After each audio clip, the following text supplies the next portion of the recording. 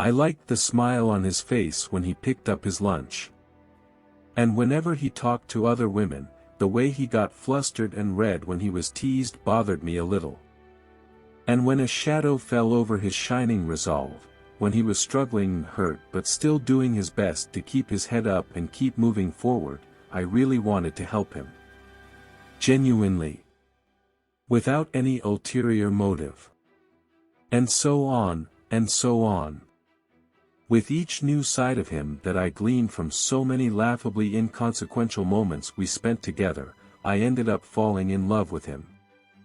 I never wanted to admit it. Even now, the thought alone is incredibly embarrassing. But I'm attracted to him.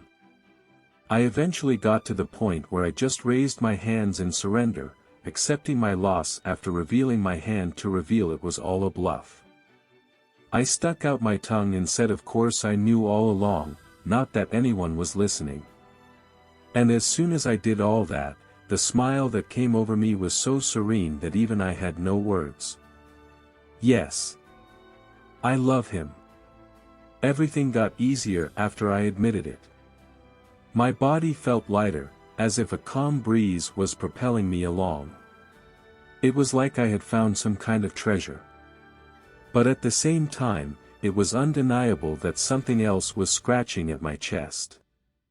If I had to guess the main source of the restlessness I felt in my heart, it would probably be the barely perceptible change in the one I held dear. Ryu, his face is red. You must be seeing things. Are you looking at Belle? No. Of course.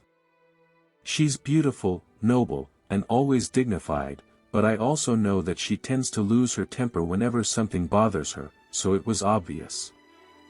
I thought for a while that this moment might come eventually, so that's not what surprised me. Yes. There shouldn't be any reason to feel a sense of danger. At the same time, I realized that things couldn't stay the same either. His coming to the restaurant and buying lunch, the ensuing banter with the girls here who tease him, these everyday moments can disappear without warning. For the first time, I was deeply shaken.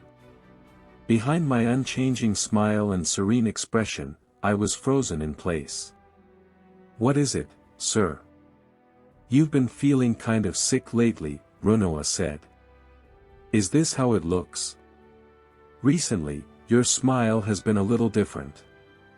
I stroked my cheeks, checking to see if anything had changed, but I didn't notice anything. Runoa started to smile. Chloe clung to my back while Anya nudged me from the front.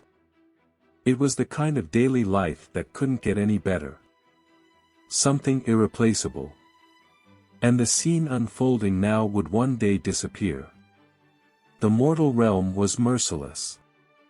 Time passed in the blink of an eye. I knew that very well. But the day I dreaded might have arrived much sooner than I expected. The moment I realized this, I couldn't control myself. My chest hurt. It was too late now, but I had learned something I never should have recognized. But even so, there was no way to stop. When did the means to reach my goal become my real goal? When did the thorny lie buried deep in my heart start to hurt? What do I really want? I know whose eyes follow and whom he chases. I'm perfectly aware of what those red eyes are looking at. I already understand who he longs for. But my feelings have already been triggered.